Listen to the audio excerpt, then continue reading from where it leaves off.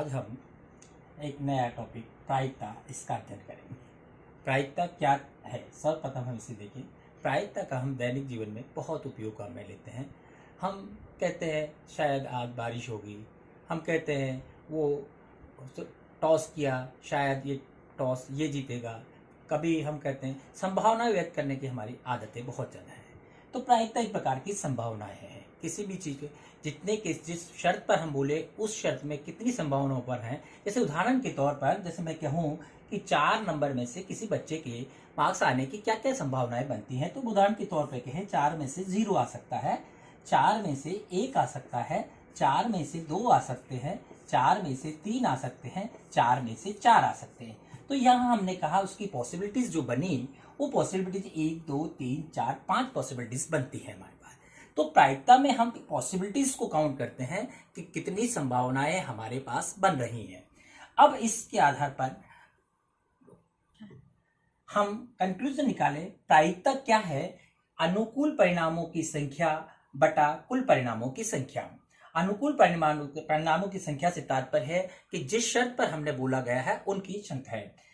प्रायिकता तो जैसा कि हमने देखा कि प्रायिकता हमारे जैसे मैं अभी पिछले उदाहरण में दिया था, 4 में से हमने कहा 0 हो सकता है कम से कम, फिर 4 में से 1 हो सकता है, 4 में से 2 हो सकते हैं, 4 में से 3 हो सकते हैं, 4 में से 4 हो सकते हैं। अर्थात हम इस कंक्लूजन पर पहुंचे, इस निर्णय पर पहुंचे कि न्यूनतम प्रायिकता का मान 0 हो सकता है, क्योंकि 4 में से 0 न्यूनतम हुआ।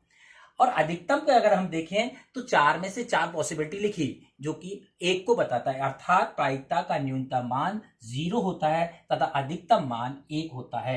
प्रायिकता 0 से 1 के बीच में होती है, प्रायिकता कभी भी नकारात्मक नहीं होती है। तो प्रायिकता, अब किसी भी चीज के घटने की और नहीं घटने की प्रायिकताओं का अगर हम सम करें तो होना और नहीं होना दोनों का जोड़ मिलाकर 1 होगा। यदि हमें होने की मालूम है तो हम नहीं होने की ज्ञात कर सकते हैं, नहीं होने की है तो होने की ज्ञात कर सकते हैं, क्योंकि दोनों का जोड़ मिलाकर 1 है। अब हम कुछ उदाहरणों की बात करेंगे। उदाहरण में हम सबसे पहले हमारे एक सिक्के के उछालों की बात करेंगे। एक सिक्के को एक बार उछाला जाए तो क्या क्या परिणाम होंगे, इस पर बात करें। एक सिक्के को एक उछाल दी जाए तो हेड और टेल दो परिणाम, कुल परिणाम प्राप्त हो सकते हैं। अब हमारे पास प्रश्न बनता है, एक सिक्के को उछाले एक हेड आने की प्रायिकता क्या होगी? तो यहाँ हमारे पास अनुकूल परिस्थिति, चूंकि एक हेड अनुकूल है तो 1/2, तो हम कहेंगे एक हेड आने की प्रायिकता 1/2 हुई। इसी तरह यदि हमें वो कहे कि एक सिक्के की एक उछाल में टेल आने की प्रायिकता क्या होगी, तो टेल आना अनुकूल परिस्थिति हुई तो वो भी कितनी हुई? 1/2 हुई। तो एक सिक्के की एक उछाल के सवाल किए। अब हम एक सिक्के के 2 उछालों के सवालों पर डिस्कस करें, क्योंकि कक्षा 10 में हमारे पास 3 उछाल तक के सवालों में से आता है। तो 2 उछालों की बात करें तो क्या क्या संभावनाएं हो सकती हैं, पहले हम उस पर बात करें। तो पहली संभावना हो सकती है कि दोनों उछालों में एच और एच, हेड और हेड आ जाए, हो सकता है। दूसरी बार जब हमने उछाला हेड और टेल आ जाए, पहले सिक्के पर हेड और दूसरे पर टेल, हो सकता है। तीसरी बार जब हम करें तो हमारे पास टेल पहले आ जाए और फिर हेड आ जाए, और चौथी संभावना की बात करें तो दोनों पर टेल आ जाए। इस प्रकार से हम कह सकते हैं कुल मिलाकर 4 परिणाम हमारे पास बने, 1 2 3 4।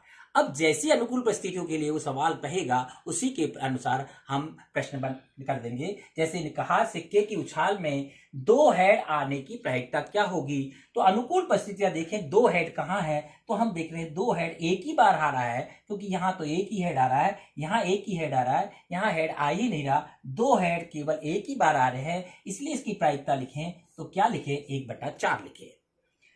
अगर मान लीजिए प्रश्न कहा कि कम से कम एक हेड आने की प्रायिकता लिखें, कम से कम एक हेड, इसका मतलब इसने कहा है कि 2 हेड आ जाए और 1 हेड आ जाए। तो हम इसकी अनुकूल परिस्थितियों को गिनना चालू करें तो 1 2 और 3, तो कितना हुआ? 3/4। तो 2 सिक्कों की उछाल के हमने प्रश्न किए। इसी तरह अब 3 सिक्कों की उछाल के प्रश्न करते हैं। 3 सिक्कों की उछाल के प्रश्न के लिए हम पहले कुल परिस्थितियों को लिखें कि 3 सिक्कों को उछालें तो क्या क्या होगा। सर्वप्रथम लिखना सीखें तो एच एच एच। अब आगे के परिणाम बनाने के लिए जो आप एक एच है उसे टी से चेंज कर दें। अगला परिणाम बना एच एच टी। अब जो सिंगल वन है आप उसे रोटेट भी कर दे, उससे नए परिणाम बन जाएंगे HTH, और एक नया परिणाम बना THH। सिंगल टी लाने से हमारे पास ये 3 परिणाम बन गए। अब मैं और बना रहा हूं, एक H और 2 T इंट्रोड्यूस हो जाए। यहां हमने H एक रखा है, 2 T रखे। अब इसमें सिंगल वन H है, इस H को रोटेट करूं तो नए परिणाम हमारे पास बनेंगे THT और TTH।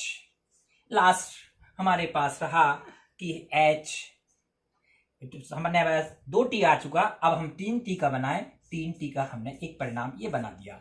कुल मिला के परिणामों की संख्या गिने 1 2 3 4 5 6 7 और 8। इसका मतलब एक सिक्के को 3 उछाल दी जाए तो कुल परिणामों की संख्या कितनी होगी? 8 होगी।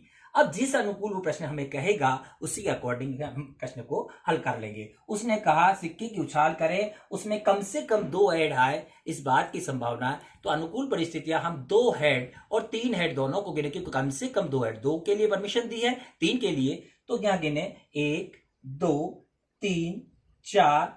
हमारे पास 4 परिस्थितियां बन रही हैं, इसलिए हम क्या लिखेंगे प्रायिकता उस प्रश्न की 4/8। इसी तरह हम प्रश्नों को हल करते जाएंगे। इसके बाद दूसरे तरीके के प्रश्न हमारे पास है डाइस की उछाल की। डाइस की उछाल के लिए, डाइस क्या है? डाइस हमारे पास एक षटफलकीय है जिसमें 1 2 3 4 5 6 लिखे रहते हैं, जैसा कि हम लूडो में सांप सीढ़ी में खेलते हैं देखा है। उसमें 1 2 3 4 5 6 अंकित होते हैं। डाइस को यदि एक बार उछाला जाए तो उसके परिणामों को देखें तो हम देख सकते हैं 1 आ सकता है, 2 आ सकता है, 3 आ सकता है, 4 आ सकता है, 5 आ सकता है या 6 आ सकता है। कुल मिला के ये 6 परिणाम बन सकते हैं। इन 6 परिणामों में अब जैसा वो कहे कि एक डाइस को उछाले सम संख्या आने की प्रायिकता क्या होगी, तो यहां हम सम संख्याओं को देखें, 1 2 और 3 बार हमारे पास सम संख्या आ रही है। अनुकूल परिस्थितियां 3 बन रही हैं और कुल परिणाम 6 हैं, इसलिए 3/6 डाइस में सम संख्या आने की प्रोबेबिलिटी हो गई। इसी तरह हो सकता था वो हमें कहता विषम संख्या आने की प्रायिकता निकालिए, तो विषम संख्या काउंट करें तो 1 2 और 3 विषम संख्या है, इसलिए 3/6 विषम संख्या आने की प्रायिकता हो गई। इसी तरह और भी क्वेश्चन बना सकता है कि 4 से बड़े अंक आने की प्रायिकता क्या होगी डाइस के एक उछाल में, तो हम देखें 1 और 1 2 अंक हुए, इसलिए हम क्या लिखेंगे 2/6 लिखेंगे। ये हमारे पास सिंगल डाइस एक बार उछालने के। अब डाइस को 2 बार उछालने के प्रश्न भी हमारे कोर्स में है। 2 बार उछाले जाए तो क्या परिणाम बनेंगे, पहले हम उन परिणामों को लिखेंगे। जब डाइस की 2 उछाल दी जाए तो परिणाम जो हमारे पास हो सकते हैं, पहली डाइस पर 1, दूसरी पर 1, या फिर 1 2 1 3 1 4 1 5 1 6, या फिर संभावना हो सकती है पहली डाइस पर 2 आ जाए, दूसरी पर 1, ऐसे 2 2। इस तरीके से हमने परिणाम गिने तो कुल मिला के हमारे पास कितने परिणाम बने? 36 परिणाम बने। अब इसमें जैसा हमें प्रश्न कहेगा उसके अकॉर्डिंग ही हम सवाल करेंगे। ये 36 परिणाम बनाने हमें आने चाहिए। 1 1 1 2 1 3 1 4 1 5 1 6, फिर 2 1 हो सकता है, 2 2। इस तरीके से हमने परिणाम बना लिए। अब वो कहता है कि अंकों का जोड़ हमारे पास में 9 आए, तो अंकों का जोड़ 9 आए। इस अनुकूल परिस्थिति को हम देखें तो यहाँ नहीं है, यहाँ नहीं आ रहा है, यहाँ नहीं, यहाँ नहीं आ रहा है, यहाँ नहीं, यहाँ पर नहीं आ रहा, यहाँ नहीं आ, जहां पर अंकों का जोड़ 9 आए उस परिस्थिति को हम देख लें तो एक परिस्थिति हमारे पास ये बन रही है पहली, उसके बाद दूसरी हमारे पास ये बन रही है अनुकूल परिस्थिति, उसके बाद अंकों के 9 की एक तीसरी अनुकूल परिस्थिति ये बन रही है, और चौथी अनुकूल परिस्थिति ये बन रही है। अंकों के पास का जोड़ 9 आए तो वो हमारे पास 4 परिस्थिति बनी, इसलिए हम इसी प्रायिकता क्या लिखेंगे 4/36। हमारे पास परिणामों की संख्या हो गई, ये कट रहा है 1/9 हो गया। तो डाइस के 2 तरीके के प्रश्न हमारे आते हैं। डाइस के बाद में हमारे पास प्रश्न तीसरे तरीके का जो प्रश्न आता है वो ताश की गड्डी के ऊपर आता है। ताश की गड्डी में हमारे पास कुल मिलाकर 52 पत्ते हुआ करते हैं। 52 पत्तों में 26 पत्ते लाल कलर से बने होते हैं और 26 पत्ते काले कलर के बने होते हैं। लाल कलर के पत्तों में भी 2 तरह के पत्तों के नाम हुआ करते हैं, जो कि उनकी ईंट का पत्ता और पान का पत्ता कहलाता है। और काले पत्तों में भी 2 तरह के पत्ते होते हैं, जो चिड़ी का पत्ता और हुकुम का पत्ता कहलाता है। इस तरह ये 4 नाम के 13 पत्ते हमारे पास टोटल होते हैं। इन 13 में भी कि इन पत्तों पर, इन ईंट के 13 पत्तों में पहले पत्ते पर ए लिखा होगा जिसमें हम इक्का कहते हैं, फिर 2 होंगे तो 2 लिखा होगा, 3 4 5 6 7 8, 9 और 10। उसके बाद हमारे पास में एक के लिखा हुआ होगा, एक क्यू होगा और एक जे होगा। ये के, क्यू और जे को हम चित्र वाले पत्ते कहते हैं। तो ताश की गड्डी में अगर हम चित्र वाले पत्तों की बात करें तो 3 चित्र वाले पत्ते इसमें है, 3 इसमें है, 3 इसमें है और 3 इसमें है। इसका मतलब चित्र वाले पत्ते हमारे पास 12 हुए। तो चित्र वाले पत्तों का प्रश्न आए तो ध्यान रखना है कि चित्र वाले पत्ते हमारे पास 12 है, क्योंकि चित्र वाले पत्ते हम बादशाह, बेगम और गुलाम को या के, क्यू और जे को कहते हैं। अब हमारे पास जिस तरीके से प्रश्न आएगा उसी तरीके से कहेंगे। जैसे वहां एक ताश की गड्डी में लाल रंग का पत्ता आने की संभावना क्या होगी? लाल रंग का पत्ता। तो लाल रंग के पत्तों की अनुकूल परिस्थितियां देखें तो हमारे पास लाल रंग के 26 पत्ते हैं। तो 26 कितने पत्तों में से आने हैं? 52 में से। इसलिए लाल रंग का पत्ता आने की प्रोबेबिलिटी हमने लिखी 26/52। इसी तरह प्रश्न आ गया कि एक लाल रंग का बादशाह आने की प्रायिकता क्या है? लाल रंग का बादशाह, लाल रंग का बादशाह देखें तो लाल रंग का बादशाह इसमें होगा और लाल रंग का बादशाह इसमें होगा। इसका मतलब तो हमारे पास कितने बादशाह बने? 2 बादशाह बने। इसलिए लाल रंग के बादशाह का हमारे पास प्रोबेबिलिटी कितना हो गया? 2/52 हो गया। इसी तरह और भी प्रश्न जो है हमारे पास है, इनको हम सॉल्व कर सकते हैं। इसके बाद चौथा टाइप है हमारे पास लीप और अलीप ईयर का। लीप और अलीप ईयर को समझने से पहले लीप और अलीप ईयर को समझ लिया जाए। हमारे पास 2 तरह के वर्ष हुआ करते हैं, एक लीप वर्ष और एक अलीप वर्ष। लीप वर्ष वह वर्ष है जिसमें दिनों की संख्या 366 होती है, अर्थात इसमें फरवरी 29 की होती है, जैसा 2020 में अभी हुआ। लीप वर्ष हर 4 साल में आता है। अलीप वर्ष वो है जिसमें दिनों की संख्या हमारे पास 365 हुआ करती है। हर चौथे साल एक लीप ईयर बनता है। इसमें 3 दिनों की संख्या 366, इसमें दिनों की संख्या 365। 52 सप्ताह चाहे लीप हो चाहे अलीप हो सभी में होते हैं। 53वां नाम होने। जब लीप ईयर की बात करें तो 52 × 7 तो 364। इसके बाद हमारे पास लीप ईयर में बच गए 2 दिन। वो 2 दिन हमारे पास हो सकते हैं या तो रविवार और सोमवार, या फिर सोमवार और मंगलवार, या फिर मंगलवार और बुधवार, या फिर बुधवार और बृहस्पतिवार, या फिर बृहस्पतिवार और शुक्रवार,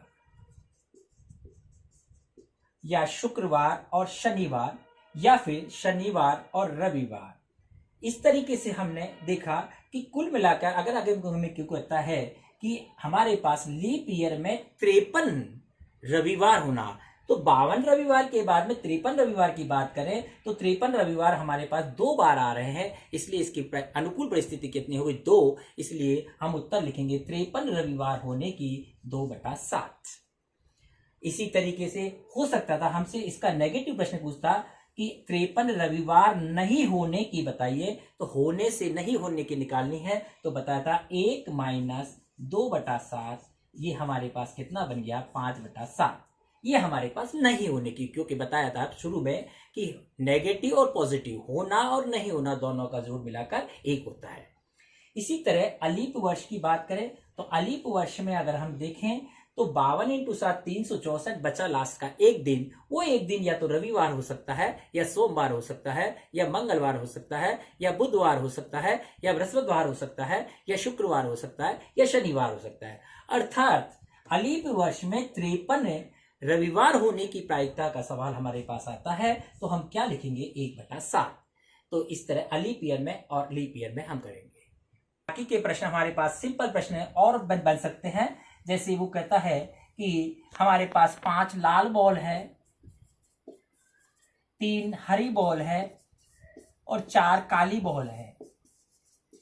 सबसे पहले हम इनका टोटल करें। 5 3 8 4 12 बार हमारे पास टोटल हो गई। अब कहता है कि इनमें से एट रैंडम हम एक बॉल चुने, वो लाल रंग की निकले। इस बात की प्रायिकता क्या होगी? तो हमारी अनुकूल परिस्थितियां कितनी बन रही हैं? 5। कितने में से बन रही है? 12 में से। तो लाल होने की प्रायिकता 5/12 हो गई। इसी तरह एक प्रश्न और बना सकता है जिसमें बच्चे ज्यादा कंफ्यूज हो जाते हैं। किसी ने कहा कि probability of A is equal to 0.69।